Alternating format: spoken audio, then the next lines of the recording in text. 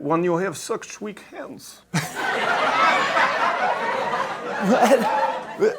I don't understand. You're so, dude, I do have small, weak hands, and I'm so glad you noticed that. James Corden took a picture with Sean Spicer, and everyone was so outraged about it that this absolute, pardon my language, spoiler alert, pussy, apologized. Watch. Some people have been disappointed by this photo. In truth, I'm disappointed by it as well. I've been reading a lot of harsh comments on Twitter today, and I hear you loud and clear. Truly, I do. So much so, I'm really starting to regret that carpool karaoke that we've taped with Steve Bannon. Feels like a mistake today. Now, with Corden, it doesn't really bother me because he's not even funny accidentally. So true. But whenever he's really awkward. It's like me. You know, and by the way, I would have sworn he was, when I found out he had a wife, I'm like, come on. That poor broad. But it always makes me really sad when I see comedians apologize. You know why? Because I know exactly what's going on. It doesn't get better for you. It's not like not like a relationship. You know, a relationship where it's not a contract, it's a covenant. My wife and I, we were talking about this. Like my wife can, if she were to throw my clothes out in the lawn, I still love her, but I don't like that she did that, right? Yeah. There's no covenant with comedians and the media, and they think there is. Like, hey, if I apologize, are we going to work? No, the goal is the goal now is they've achieved a battle on the way to winning this war. Dave Chappelle, when he apologized for telling viewers to give Trump a chance. For telling viewers to give Trump a chance. It's not like he went up and said, hail Hitler. He said, give the man a chance. Amy Schumer apologized. I'm not an Amy Schumer fan, but I don't think she should apologize for a racist rape joke she made about Hispanics. She apologized. Tracy Morgan apologized for the anti-gay comments that he made at a Nashville show. Was so disappointed when Daniel Tosh apologized for the rape joke. And a lot of this, by the way, comes from pressure from management. And the reason it's so foolish is because the left, this is important to note, and again, politics, culture is upstream from politics. The left will not stop at, if you say something really offensive, like, okay, I'll give you, let's say Daniel Tosh's rape joke, you find it really offensive. It doesn't matter, but I'll give you that for the sake of argument, right? Okay, you say shit, but that's not what they want. Just like with DACA, it's not that they want kids to stay, they don't want us to deport people who've actually committed crimes. So they're not looking for what you think their goal is. Case in point, they want to tell you what kind of comedy you can do, period. Daily Beast writer. This article just went up, criticized Jerry Seinfeld's latest special. Let me read this. Jerry Seinfeld's stand-up comedy is still about nothing. But should it stand for something? Jeez. No! He's Jerry Seinfeld. They actually use the term perhaps woke at the point in the article. Well, thank you for telling one of the most prolific comedic writers of our generation how to do his job, Daily Beast columnist. Jerry Seinfeld, he didn't even take a picture with Sean Spicer, which apparently is an actionable offense now. He didn't even do that. He's just done what Jerry Seinfeld has always done his entire life. And I was like, well, yeah, but shouldn't you maybe not do that? Was that maybe like a really good opportunity? Isn't that maybe a really good opportunity? Yeah, like I get how you're talking about peanuts on the airline, but what about police brutality?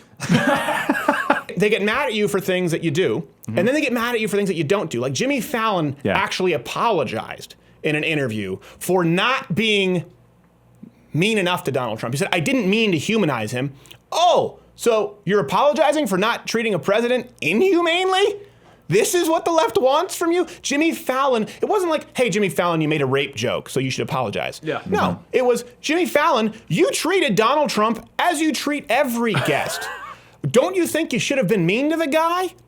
And he felt bad about it and he apologized. This is the point. If they're going to try and tell Jerry Seinfeld how he should write jokes and should quote unquote read the Daily Beast article, maybe get woke. If they're going after Jimmy Fallon, who is the most inconsequential, pandering, milquetoast, spineless ass kisser, no matter who ever is on his show.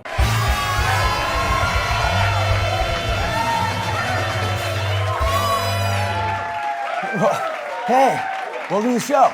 I'm Jimmy Fallon, which is good, right? Is that good? It's great.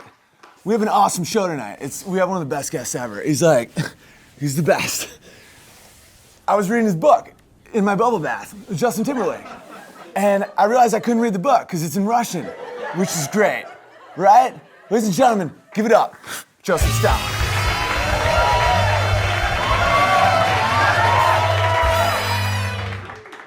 So great. Who was the last one to clap? Who was the last one to clap? This is great. I don't understand why you have so many nice things when you have such weak hands. I don't understand. You're so, dude, I do have small, weak hands, and I'm so glad you noticed that. How great is that? You just pulled me back into a masculine world. It's so great. So tell me about this thing, communism. Sounds In so... Russian winter, a man is only what he can endure. Whoa. Every man can have pet dog. But which of you men can eat that dog?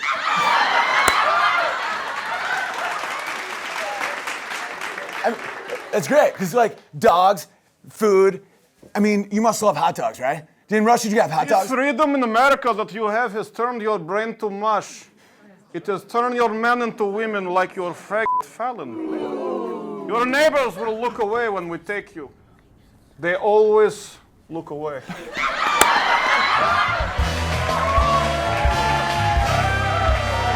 Whoa, that's so great. I mean, the best. Ladies and gentlemen, please give it up for Joseph Stalin. And nobody stop clapping, because he kills that guy. When you get home, you'll find your wife and children are dead. Whoa. When we come back, me and Henry Styles are going to be whacking each other off on a Ferris wheel. And then we play beer pong with Kim Jong-un. Hey, did you enjoy this video? Here's the thing, you're here, this is the end of it, so we don't care because you already watched it. But if you really didn't like it and you want to justify it, leave a comment below telling us why you didn't like the video. And if you liked us, let us know. And subscribe to the channel, because that lets the overlords at YouTube know that, you know what? You're all right.